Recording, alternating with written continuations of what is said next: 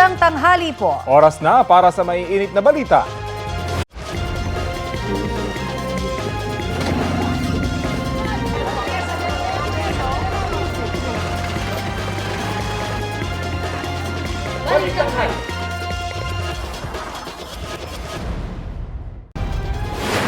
Pumulupot ang sawanayan sa linya ng kuryente sa Legazpi, Albay. Ang perwisyong idinulot niyan at iba pang detalye, ihahatid namin maya-maya lang. Arestado ang 2 Vietnamese sa isang bar sa Pasay matapos isumbong ng kapwa Vietnamese. Ang mga suspect nahulihan ng baril at shabu. Balita hatid ni Bam Alegre. 2 Vietnamese ang inaresto ng pulisya kahapon na madaling araw sa isang bar sa Roas Boulevard sa Pasay City. Nahulihan umano ng kalibre 45 na handgun na may 3 bala ang isang suspect. Ang kasama niya, nakuha na naman ng hinihinalang shabu na nasa mahigit 10,000 piso ang halaga. May nagtimbre raw sa mga pulis na may customer sa bar na may dala umanong baril kaya sila rumesponde. Coordination with the mga KTV bars on regarding sa mga report na may mga nangyayari illegal drug transaction doon sa kanilang establishment and sa mga presence ng mga ibang armed men na nagpapakilalang mga protective agent. Bali sir, acting on that sir na sumbong sa amin, nagkandak kami ng na follow up sir, na doon namin nakita tong 2 individual na yung isa sir si alias Ban na visible yung baril sa kanyang bewang. Ayon sa pulisya, Vietnamese din ang nagreklamo laban sa 2 suspect matapos umanong makaalitan at magbantang may baril sila. Bali sir, mga less than a year pa lang daw sila dito sa Pilipinas and mga suspected Pogo employee sila. Na-outnumber naman namin sila and unang-una siyempre nagpakilala kagad kami pulis. Hindi raw nakakaintindi ng Tagalog o English ang mga suspect kaya hindi sila makapagbigay ng pahayag. Nasa kustodiya na sila ng Pasay City Police Headquarters para sa documentation at inquest proceedings para sa illegal possession of firearms at paglabag sa Comprehensive Dangerous Drugs Act of 2002. Iniimbestigahan din ng pulisya kung bakit sila nasa Pilipinas. Bam Alegre, nagbabalita para sa GMA Integrated News. Ito ang inyong Regional TV News. Ihatid na natin ang mga balita mula sa Visayas at Mindanao kasama si Sarah Hilomen Velasco. Sarah? Salamat, Rafi. Naranasan ang matinding pagbaha at puguho ng lupa sa ilang lugar sa Visayas at Mindanao, bunsod ng malalakas na pag-ulan. May 5 pang nawawala sa 2 magkahiwalay na insidente.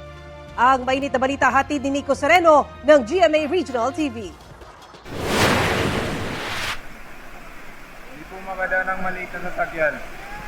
Stranded ang ilang commuter at motorista sa isang kalsada sa Matanog, Maguindanao del Norte dahil sa baha kagabi. Bunsod ito ng halos walang tigil na pag-ulan. Nagpapatuloy ang rescue operations ng LGU para sa mga stranded. Sa Marantao, Lanao del Sur naman, pinasok ng baha ang ilang bahay dahil din sa malakas na ulan. Nagmistulang ilog din ang highway sa Alabel, Sarangani. Tumigil muna ang ilang motorista at commuter bilang pag-ingat sa malakas na agos ng baha. Mabagal naman ang patakbo ng ilang dumaraan sa isang highway sa Tantangan, South Cotabato dahil din sa baha. Ilang pagguho ng lupa ang naitala sa Tigbao, Zamboanga del Sur dahil sa malakas na pag-uulan. Sa Barangay Begong, ilang motorista ang na-stranded matapos matabunan ng lupa at mga bato ang kalsada.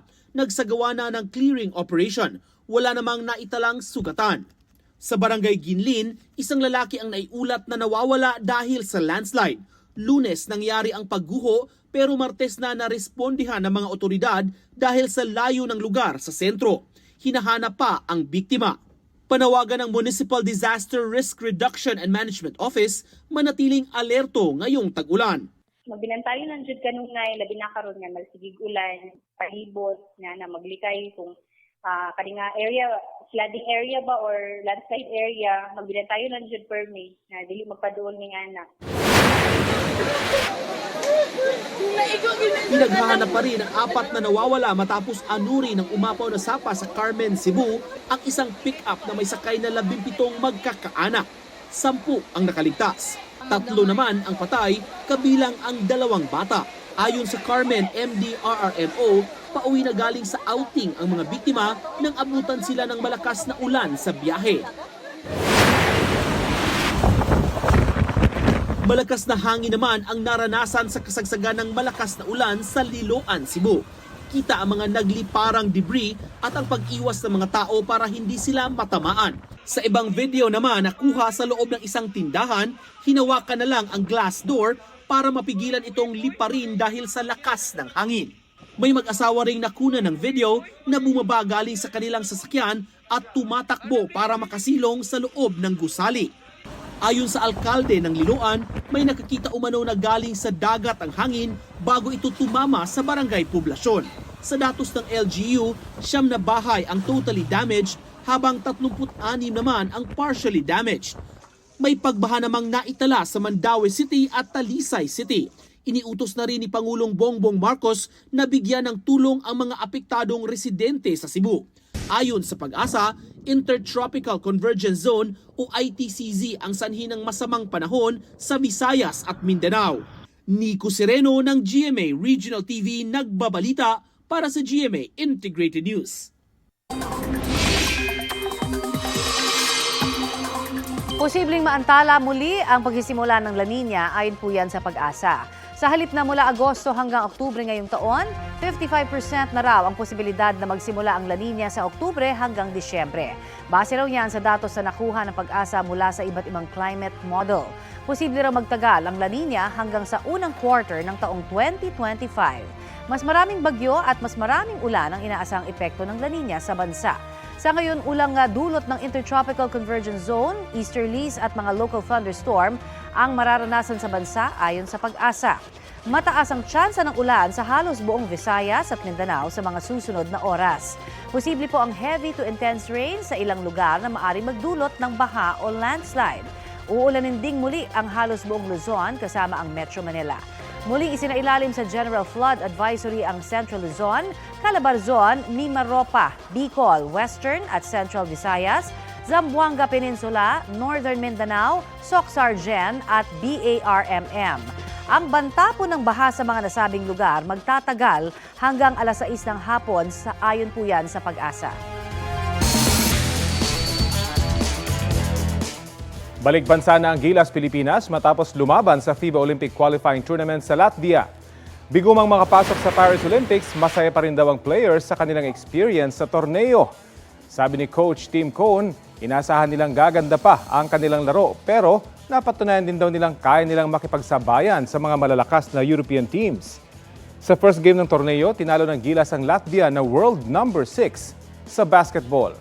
Umabot ng semifinals ang Gilas bago na-eliminate sa kompetisyon kasunod ng pagkatalo sa Brazil. It was tough. I mean, they are tough teams. They're really tough, and it's a tough format. But I'm real proud of the guys that they hung tough and did their jobs out there and represented the country very, very well.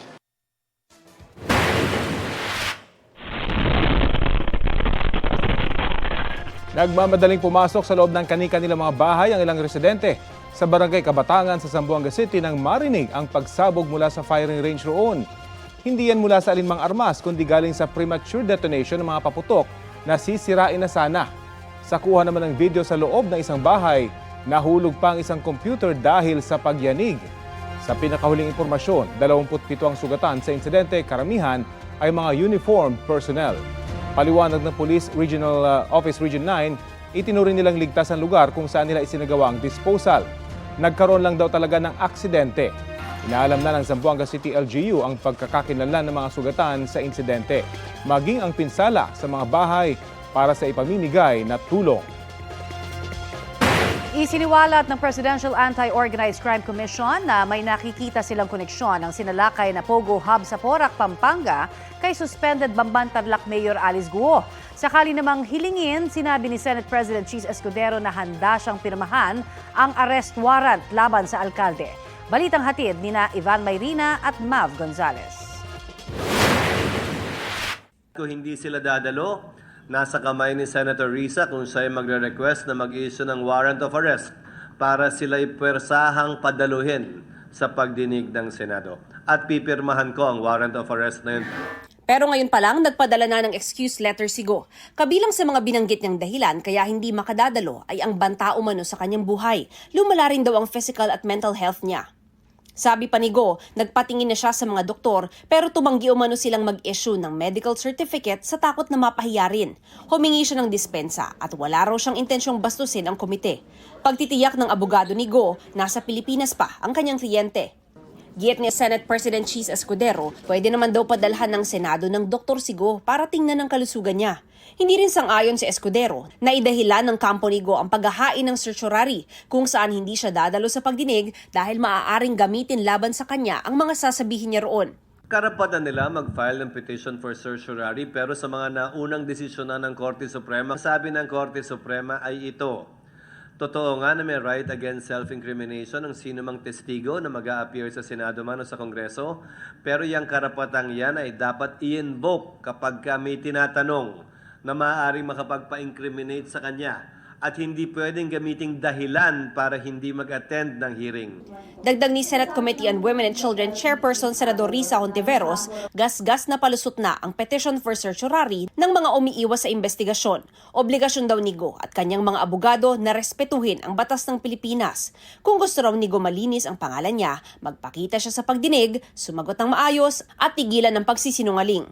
Kasama sa iimbestigahan ang ni-raid na Pogo Hub sa Porac, Pampanga. Ayon sa Presidential Anti-Organized Crime Commission, maski roon, lumalabas na konektado si Go. Meron tayong nakikita mga dokumento connecting for suspended Mayor Alice Go dun sa operation ng Porac Illegal Pogo Hub. Sa mga incorporations, minsan siya ang nakapangalan, minsan yung kapatid niya. Sa sinalakay na leisure park sa Clark Freeport sa Pampanga, samot-saring resibo at dokumento ng kumpanya at incorporators na iniuugnay kay Go ang narecover matapos buksan ang 19 na money vault. Narecover din ang 2 Taiwanese passport ng Chinese fugitive na si Wang Ziyang, business partner ni Go, pati photocopy ng iba pa niyang passports mula sa 4 na bansa at special resident retirees visa. Ayon sa PAOK, ibig sabihin mula 2012, nakakalabas-masok sa Pilipinas si Wang at nakakapanatili sa bansa ng mas mahabang panahon. Bahagi na rin ng investigasyon ang mga travel pass ni Wang noong pandemic na inisyong ni dating Bamban Mayor Antonio Feliciano. Sinusubukan pa namin kunan ng panig si Go at Feliciano. Sa gitna ng mga issue sa Pogo, muli iginitin na Secretary Arsenio Balisacan na pwede ng tuluyan ipagbawal ang mga Pogo. Ito'y kahit panauna ng sinabi ng PAGCOR na aabot sa 20 billion pesos ang maaaring mawala kapag ipinatigil ang operasyon ng mga Pogo. It may be a big number, but the cost and particularly social cost of Pogos are quite high. And also we are trying to position our country as a legitimate place for business where we are trying to attract investors to come, tourists to come, and so the least that we want is to have a reputation na nandito yung mga criminals. Hindi pa raw ito na pag-uusapan sa gabinete ang Balisacan, pero sakaling humantong nga sa pagbaba ng Pogo, mababawi raw ang mga posibleng mawala sa ibang mga paraan. If we expand the businesses, then we generate more revenues from income taxes, corporate taxes, from all kinds of, if we import some equipment, we also derive tariffs revenues there. So if you put all this together, there should be more than what you lost in the Pogo. Nauna na rin sinabi ni Finance Secretary Ralph Recto na ire-recommenda niya sa Pangulo ang pagpapatigil ng Pogo. Ang Department of Labor and Employment naman, pinaghahandaan na ang pagsalo sa mahigit 22,000 Pogo workers na posibleng mawala ng trabaho kung sakali. Ivan Mayrina. Mav Gonzalez nagbabalita para sa GMA Integrated News. Simula sa Lunes, July 15, magbabahay-bahay na ang mga data collector ng Philippine Statistics Authority para sa 2024 census. Asahan pong may bibisita sa inyong bahay anumang araw mula Lunes hanggang Sabado, mula alas 8 ng umaga hanggang alas 5 ng hapon. Ilan sa mga itatanong sa inyo ang inyong pangalan, trabaho, edad, civil status at iba pang impormasyon tungkol sa inyong pamumuhay. Huwag sasagutin kung tinanong ang ilang confidential information tulad ng bank account number, ATM, e-wallet, OTP o one-time password dahil bawal yang itanong sa inyo. Ang mga lehitimong data collector ay may specific na uniforme at ID mula sa PSA. Makikipag-ugnayan din muna sa barangay ang mga data collector bago magbahay-bahay. Kung nagkataong wala kayo sa bahay, sabi ng PSA, pwedeng magpa-reschedule na balikan kayo. Required po ang census at pwedeng makulong ng hanggang 1 taon at pagmultahin ng 1,000 o 100,000 pesos ang mga tatanggi. Ito ang inyong Regional TV News. Mga kapuso, oras na para sa mga balita ng GMA Regional TV sa Luzon at makakasama po natin si Chris Zuniga. Chris? Salamat, Connie. Suffocation o pagkaubos ng hangin ang nakumpirmang sanhi ng pagkamatay ng magkapatid na natagpo ang walang buhay sa loob ng isang sirang kotse sa Santo Tomas, Pampanga. Ang mainit na balita hatid ni Joan Punsoy ng GMA Regional TV. Hanggang sa kanilang burol, magkasama ang magkapatid na itatago natin sa pangalang James, 6 na taong gulang, at Bong, 5 taong gulang, sa isang chapel sa Barangay Santo Niño, City of San Fernando, Pampanga. Nakapatong sa kanilang mga kabaong ang mga paborito nilang sapatos. Tumanggi nang magpa-interview ang mga magulang at iba pang kaanak ng magkapatid. Nitong Lunes, natagpo ang patay ang magkapatid sa loob ng isang abandonadong kotse sa Santo Tomas, Pampanga, kung saan nakatira ang kanilang ina. Nauna nang sinabi ng ina na Sabado niya huling nakitang anak at nang hindi umuwi ay inakala niyang kinuha sila ng kanilang ama na taga City of San Fernando. Matagal na umanong hiwalay ang mag-asawa. Sabi naman ng tatay, Hunyo pa niya huling nakasama ang mga anak at hindi niya kukunin ang mga bata nang hindi nagpapaalam. Sa CCTV footage na hawak ng Santo Tomas Police, makikita ang 2 batang tumatakbo at pumasok sa loob ng van. Hindi na masyadong napansin sa footage ang pagpasok nila sa kotse. Nakita po namin yung 2 bata na sila lang po ang pumasok doon sa open parking space na yon. Nung una, doon sila naglaro doon sa katabing van na nakabukas din. Tapos mga 2 to 3 minutes sila doon, lumipat sila doon sa kotse kung saan sila natagpuan until nag-review kami ng mga 2 hours, walang lumabas. Ayon pa sa pulisya, nakabukas ang pinto ng kotse kaya nakapasok ang magkapatid pero sira umano ang lahat ng bukasan ng pinto sa loob ng sasakyan. Doon sa driver side nakabukas, doon sila pumasok. Siguro nung naglaro sila, hinila nila, di na nila mabuksan.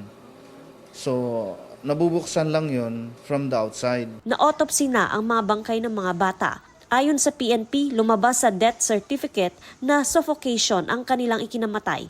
Sabi po ng doktor na nakausap namin, pag yung tao daw na suffocate sa mga ganyang close na like sasakyan, is ang pinakamabilis siyang mawawalan ng malay at tuluyang mamatay, masuffocate is 10 minutes. Patuloy pa rin daw na mag-iimbestiga ang pulisya para alamin kung sino ang may posibleng pananagutan sa insidente. Joan Punsoy ng GMA Regional TV nagbabalita para sa GMA Integrated News. Nag-brownout sa 2 barangay sa Legazpi, Albay dahil sa isang sawa. Kita na nakaligtis ang ahas sa kawad ng kuryente. Rumusponde mga taga-Albay Electric Cooperative at tinanggal ang sawa. Pagkatapos ay itinurn over ito sa mga otoridad.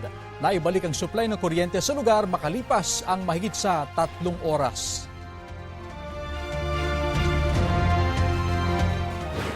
Ito na ang mabibilis na balita. Patay ang isang babae ng pagbabarilin habang nakikipag-inuman sa Valenzuela. Sugatan naman ang isa pang kainuman ng biktima. Ayon sa investigasyon, nakikipag-inuman ng biktima at 3 iba pa nang dumating ang suspect at biglang namaril. Naaresto kalaunan ng suspect. Ayon sa pulisya, 11 sa kita sa droga ang ugat ng krimen. Umamin daw sa pulisya ang suspect na siyang nasa likod ng pamamaril. Pero nang makausap siya ng GMA Integrated News, iginit niyang hindi niya alam ang krimen. May nagdiin lang din daw sa kanya. Itinanggi rin niyang sangkot siya sa bentahan ng iligal na droga. Nahaharap ang suspect sa kasong murder at frustrated murder. Huli ang 3 sangkot sa pang-hold up sa isang babaeng estudyante sa Quezon City. Ayon sa pulisya, inabangan ng 3 minor de edad na lalaki ang biktima na magja-jogging sana sa UP Diliman. Nagtamo siya ng 11 saksak sa iba't ibang bahagi ng katawan. Nagpapagaling na siya sa ospital. Naaresto naman ang dalawa sa tulong ng CCTV footage. Nabawi sa kanila ang cellphone at wallet ng biktima. Sasampahan sila ng karampatang reklamo. Dahil minor de edad, ite-turn over sila sa DSWD. May pinag-aaralan ng gawing state witness sa kaso ng pagpatay sa beauty pageant contestant na si Geneva Lopez at nobyo niyang Israeli. Balitang hatid ni June Veneracion. Isang person of interest ang naging susi para makita ang mga labi ng beauty pageant contestant na si Geneva Lopez at nobyong Israeli na si Yitzhak Cohen. Voluntaryong lumapit sa mga otoridad si Alias Junjun, ang nagmaneho ng sasakyan na nagdala sa magnobyo sa Quai site sa Kapas Tarlac kung saan sila inilibing. Batay sa salaysay ni Alias Junjun na isang mekaniko, napasama siya sa grupo na sangkot sa krimen dahil may ipapaayos daw na heavy equipment. Pero laking gulat niya nang dumating sa lugar at pinasakay na lang sa isang SUV. Ang sasakyan na sinasabi niyang pinasakay sa kanya, yung sasakyan ng dalawang biktima. Pagsakay niya doon, patay na yung dalawa. Sa passenger side sa harapan, tabi ng driver, nandun yung babae at yung lalaki ay nandun sa likod. Ang sinasabi pa niya, nakabalot na daw ng kumot yung mga mukha. Si Alias Junjun ang pinagmaneho sa SUV ng mga biktima habang nasa isa pang sasakyan ang mga suspect papunta sa Quai site at doon nga inilibing sina Geneva at Yitzhak. Unang plano, maghanap pa nga ng equipment na baka makapagbukay pa sila, but parang hindi natuloy.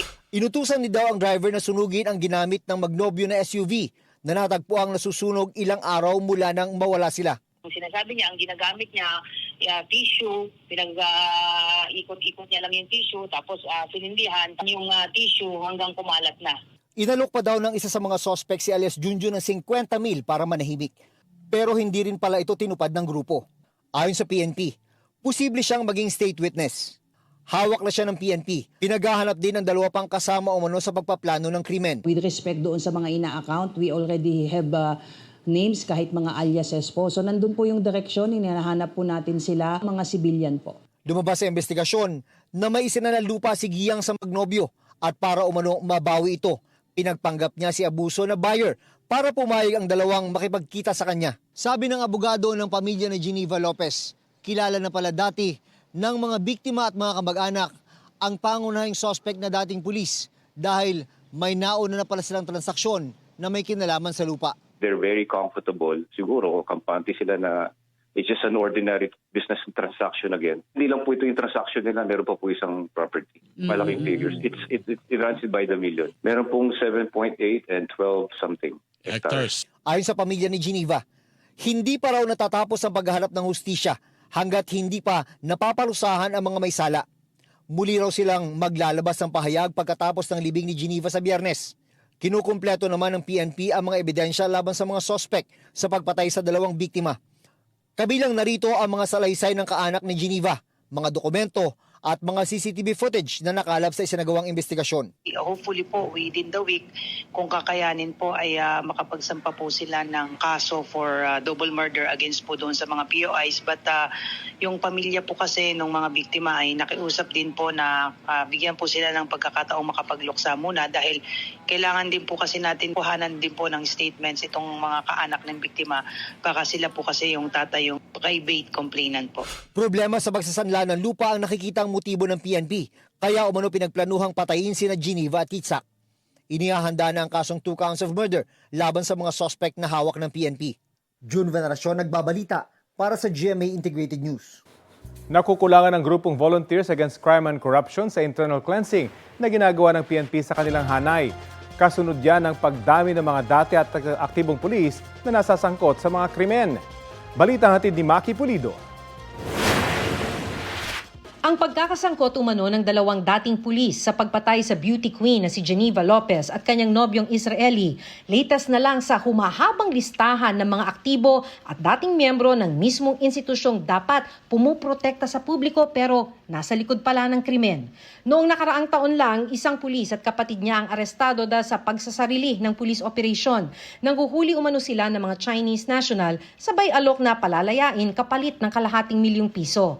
Dahil tila wala umano hamonong nangyayari sa ilang dekada ng pangako ng iba't ibang liderato ng PNP na lilinisin ang kanilang hanay, na alarma ang grupong Volunteers Against Crime and Corruption o VACC. Nakukulangan po kami sa mga initiatives nila, yung mga cleansing nila. It shows. Bakit ho kulang? Nakikita na naman natin yung involvement nila sa series of different crimes. Mula January 1 hanggang July 3, 2024, 325 na mga opisyal ng PNP ang na-dismiss sa serbisyo dahil sa grave offenses.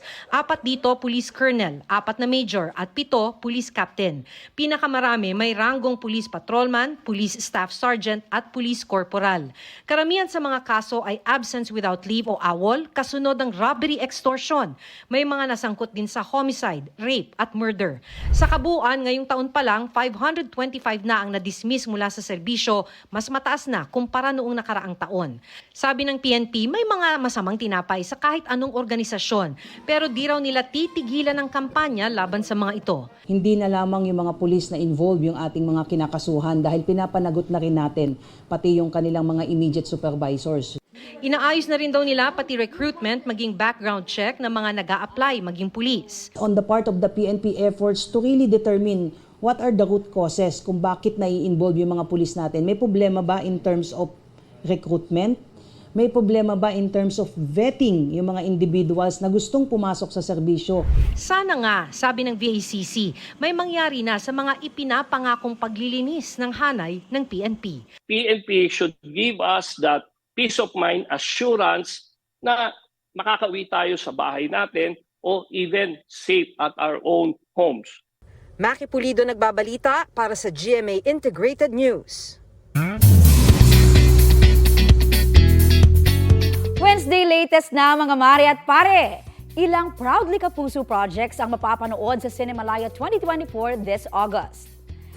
Kabilang na riyan ang obra ng GMA Pictures at GMA Public Affairs na Lost sa Bungeros. Tampok sa investigative docu-film ang pagkawala ng mahigit 30 sabungero noong 2021. Isa rin sa mga aabangan ang documentary na Alipato at Muog. Naging parte ng produksyon niya ng GMA Public Affairs. At syempre mga mare, ang balota entry na pinagbibidahan ni primetime queen Marian Rivera. Trending nga ang teaser niyan sa X with almost 3 million views.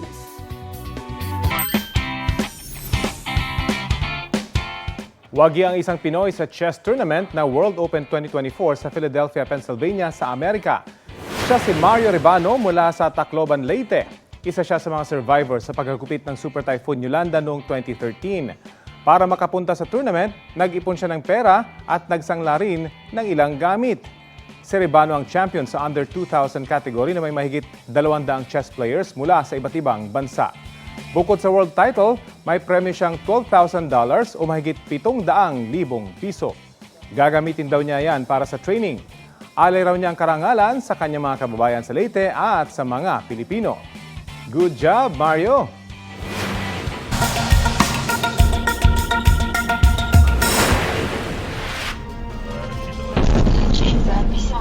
Naakuna ng dashcam ang pagsabog ng isang maternity clinic sa Kiev, Ukraine. Hindi bababa sa 7 ang namatay. 3 ang sugatan matapos mahulugan ng debris. Nangyari yan ilang oras lang matapos ang pagbagsak ng missile sa isang children's hospital sa lungsod nitong Lunes. Naunang sinabi ng mga opisyal ng Ukraine na pag-atake ito mula sa Russia. Ayon naman sa United Nations Ambassador ng Russia, anti-missile fire ng Ukraine ang tumama sa children's hospital.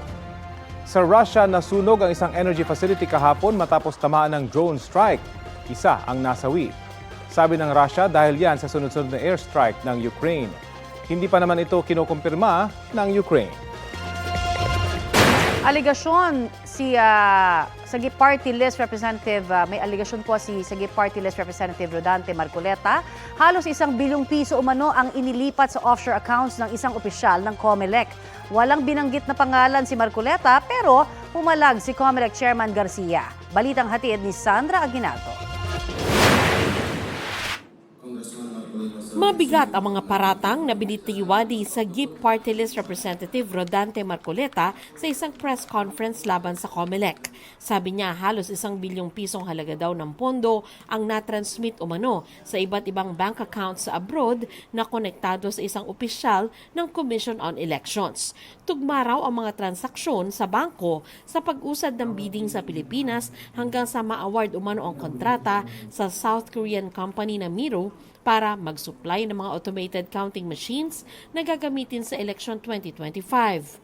The total offshore bank account worth 15.2 million or almost 1 billion pesos. At least 2.1 million or more than 120 million are deposits made from Korean bank accounts between 22 June 2023 to 22 March 2024. The most intriguing part here, ladies and gentlemen, is that these accounts are traceable to one COMELEC official.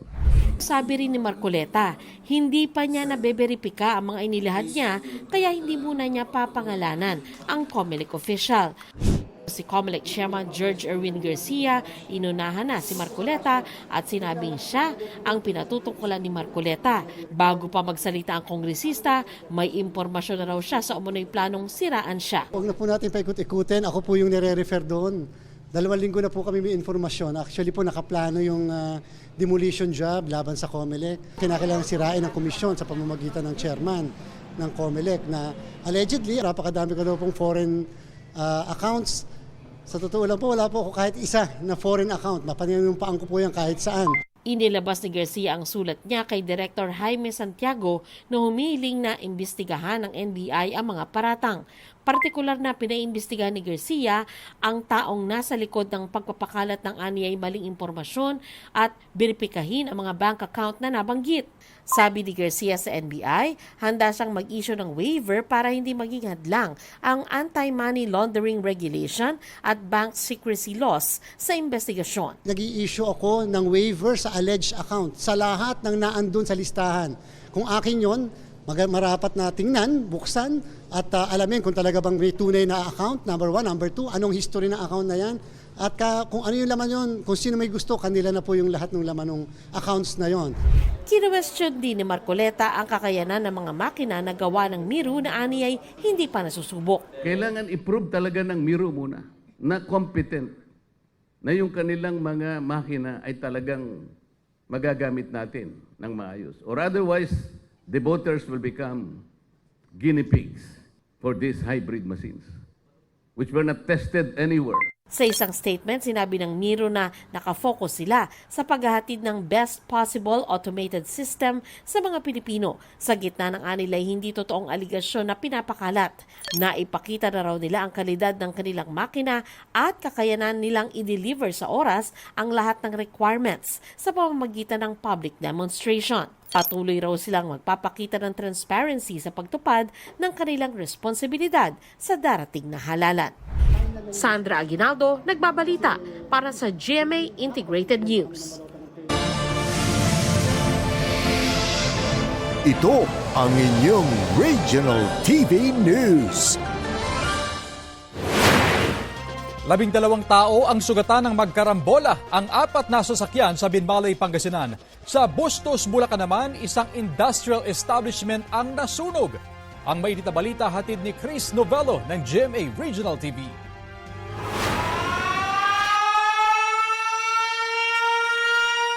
Sa kuha ng drone camera, kitang-kita ang lawak ng sunog at maitim na usok. Nilalabon ng apoy ang isang industrial establishment sa Barangay Bunga Mayor, Bustos, Bulacan. Ayon sa Bureau of Fire Protection, nagsimula ang sunog bandang alas 5 ng hapon at naapula matapos ang 5 oras. Patuloy ang investigasyon sa sanhi ng apoy at sa kabuang halaga ng pinsala. Tumilapon ang ilang pasahero matapos ang karambola ng 4 na sasakyan sa Barangay Papagayan, Binmalay, Pangasinan. Sa investigasyon ng pulisya, nag-overtake ang isang garong na mabilis ang patakbo. Nabangga nito ang isang tricycle na nawala ng kontrol kaya tumama sa isang kotse. Ang kotse naman nasagi ang isa pang garong. 12 ang sugatan. Ligtas naman ang sakay ng kotse. Mag-overtake sana kaso nag-plano yung nasa harapan kaya napitik po niya ng konti. Yun yung cause kaya napapunta sa kabilang lane yung nasa gitna.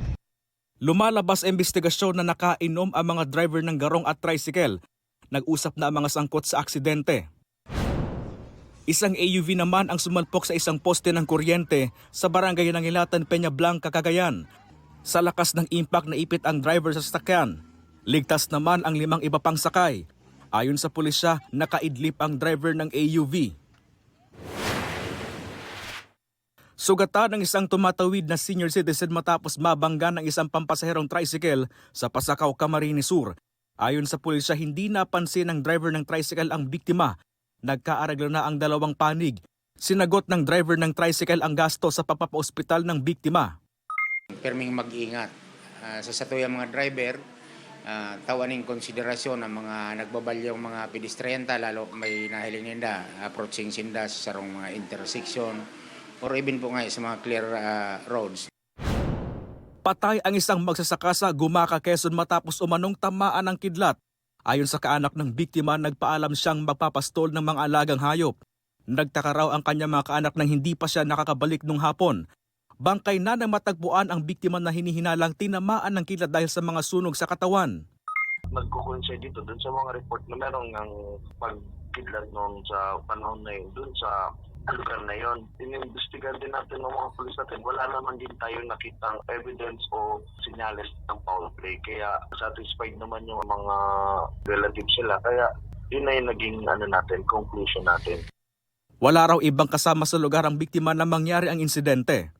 Chris Novelon ng GMA Regional TV nagbabalita para sa GMA Integrated News. Arestado sa Bacolod City ang isang Indian national na may mga kaso pala sa India. Ayon sa mga pulis, nagpadala ng sulat ang First Secretary ng Embassy of India para arestuhin ang suspect. 2022 pa umano dumating sa Bacolod ang akusado at gumagamit ng iba't ibang pangalan. Nepalese national din ang pakilala niya. Ayon sa Bureau of Immigration, leader ng isang sindikato ang lalaki na may life sentence sa India para sa mga kasong murder, attempted murder at paglabag sa firearms law. Konektado rin umano siya sa isang teroristang grupo. Itinuturing siyang isang undesirable alien at lumabag sa Philippine immigration law. Wala siyang pahayag.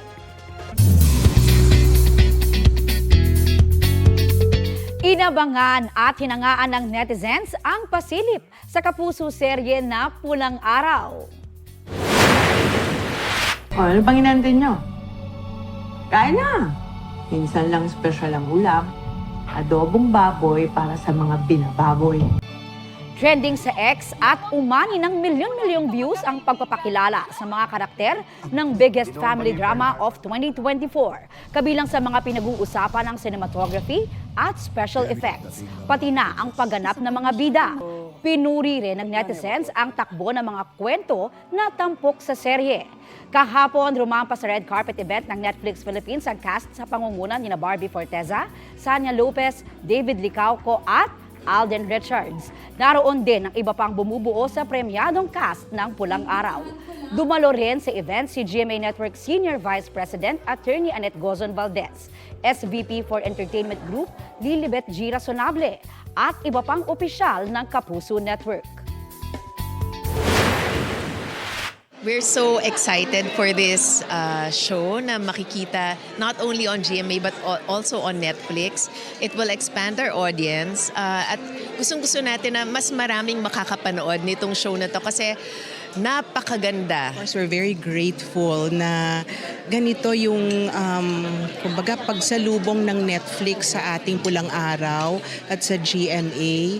So, very thankful and masayang-masaya na may sa ganitong partnership. Pinalakpakan din ng mga dumalo ang first episode ng Kapuso serye na ipinalabas sa event. Kabilang sa mga nakapanood ang National Artist for Film and Broadcast Arts na si Ricky Lee. Mga mare, sabay-sabay nating abangan ang premiere ng Pulang Araw, July 26 sa Netflix at July 29 naman sa GMA Prime. Magpakita ka, yan ang hamon ni Pangulong Bongbong Marcos ngayong umaga kay Pastor Apollo Kibuloy. Sinagot din ng Pangulo ang pagkwestiyon ng kampo ni Kibuloy sa motibo ng mga pribadong individual na nagbigay ng pera para sa 10 million pesos na pabuya sa makapagtuturo sa pastor. Anya, gobyerno ang dapat kumekestyon sa motibo ni Kibuloy na tinawag niyang fugitive. Tumutulong lamang naman daw ang mga nagbigay ng donasyon para makamit ang hustisya. Nahaharap si Kibuloy sa mga kasong child and sexual abuse at qualified human trafficking na dati na niyang itinanggi.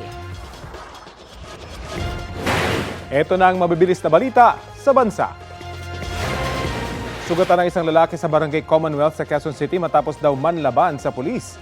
Ayon sa pulisya, hinold up umano ng suspect ang isang biktima na naglalakad pauwi. Nagsisigaw ang biktima at nakahingi ng tulong sa pulis na residente roon. Ang suspect bigla na lang daw bumunot ng baril at nagpaputok. Doon na siya binaril ng pulis. Nabawi sa suspect ang wallet ng biktima na naglalaman ng 3,000 piso at baril na kargado ng mga bala. Isa sa ilalim yon sa ballistics examination. Dati na raw sangkot sa pagnanakaw ang lalaki ayon sa QCPD. Sinusubukan pa naming makuha ang panig ng suspect na nakakonfine sa ospital. Mahaharap siya sa reklamong robbery at paglabag sa Comprehensive Firearms and Ammunition Regulation Act. Dead on the spot ang motorcycle rider at kanyang angkas matapos pumailalim sa kasalubong na truck sa bayan ng Bayog sa Zamboanga del Sur. Ayon sa investigasyon ng pulisya, nag-overshoot umano ang motorsiklo dahilan ng aksidente. Nasa kustodiya na ng pulisya ang truck driver habang hinihintay ang desisyon ng mga naulila ng dalawang nasawi kung magsasampa sila ng reklamo. Walang pahayag ang truck driver. Mga mare at pare, nag-sorry si K-pop superstar at Blackpink member Jennie matapos mag-viral ang video niya habang nagve-vape. In a now-deleted video, pinunan ng netizens ang tila pagbuga ng usok ng K-pop idol sa muka ng isa niyang staff habang siya'y inaayusan. Bawal ang indoor smoking at vaping sa South Korea, kaya umani yon ng samot-saring reaction online. Base sa report ng Korea Times, hinala ng isang netizen na kuha ang viral video sa Capri, Italy kung saan shoot ang vlog ni Jennie. Hiniling din daw ng netizen na paimbestigahan sa South Korean Embassy sa Italy at Ministry of Foreign Affairs ng South Korea ang insidente at bigyan ng sanction ng K-pop idol. Ang agency ni Jennie na Odd Atelier humingi ng sorry sa nangyari. Personal ding nag-sorry si Jennie sa kanyang staff. Sisikapin daw nilang hindi na maulit ang insidente.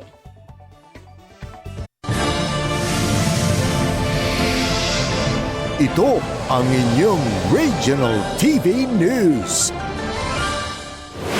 Arestado ang isang babae na isinasangkot sa rentangay modo sa Cebu City.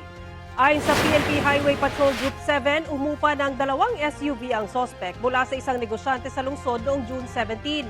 Pero hindi na iyon ibinalik ng sospek at hindi na rin siya makontak ng negosyante.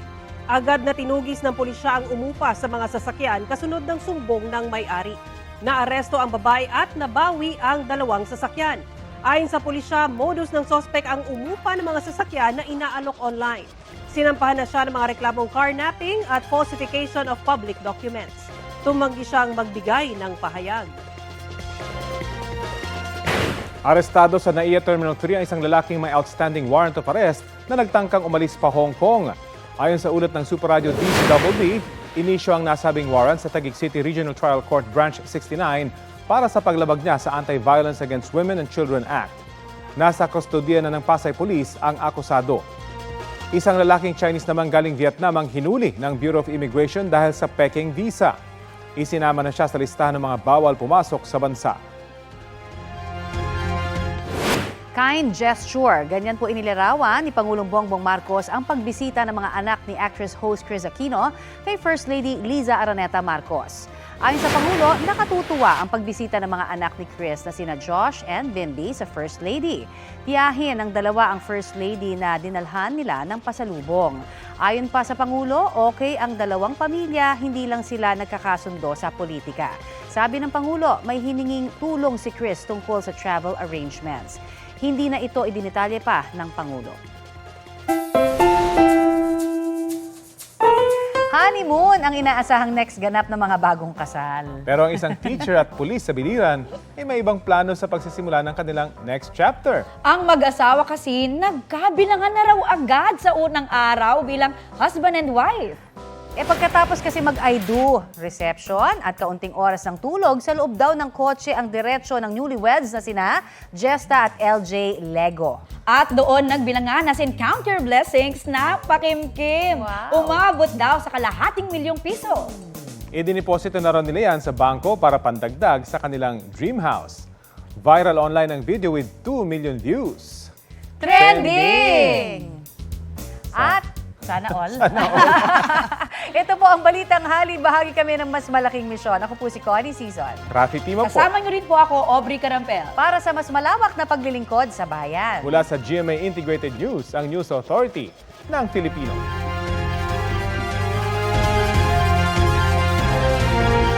Kapuso, para sa mga maiinit na balita, mag-subscribe sa GMA Integrated News sa YouTube. Sa mga kapuso naman abroad, subaybayan nyo kami sa GMA Pinoy TV at sa www.gmanews.tv.